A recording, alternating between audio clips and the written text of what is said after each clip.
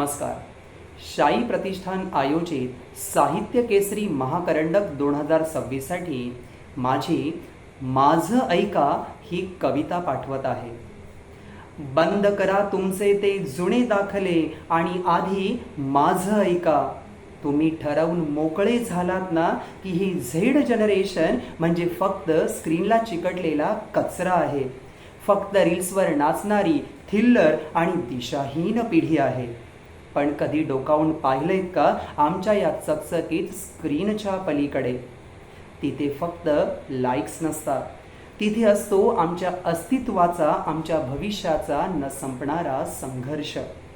हो, चीड येते मला जेव्हा आमच्या हातातील पदव्यांना तुम्ही तुमच्या जुन्या चष्म्यातून तोलता.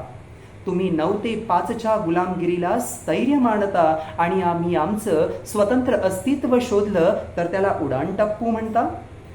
आम्हाला तुमच्या त्या कुजलेल्या चौकटींचा राग येतो जेथे बुद्धीपेक्षा फक्त वयाला मान मिळतो. आम्ही प्रश्न विचारले की आम्ही उद्धट ठरतो आणि तुमच्या काळातल्या चुकांवर गप्प बसलो तर गुणी ठरतो. हा भेदभाव आता थांबवा आणि माझं ऐका.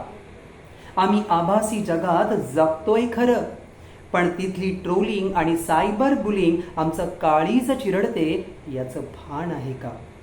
ChatGPT आणि AIच्या वेगवान जगात लाखो नोकऱ्यांचे ले ऑफ्स होताना आमचा थरथरणारा हात तुम्ही पाहिलाय का? आम्ही नैराश्याच्या, एन्झायटीच्या गर्तेत जेव्हा गुदमरतो तेव्हा आम्हाला कमकुवत म्हणण्यापेक्षा कधी मायने जवळ घेऊन विचारलत का, बच्चा काय होतंय?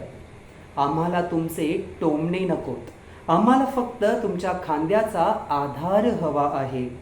पण लक्षात ठेवा, आम्ही फक्त रडणारे पराभूत नाही आहोत. आम्ही ह्या नव्या युगाचे विधाते आहोत. तुम्ही ज्या टेक्नॉलॉजी समोर हात टेकता तिला आम्ही बोटांवर नाचवतो. आम्ही जागतिक तापमान वाढीवर डिजिटल क्रांती उभी करतो. इंस्टाग्रामच्या कमेंट्समधून अन्यायाविरुद्ध #बंड पुकारतो.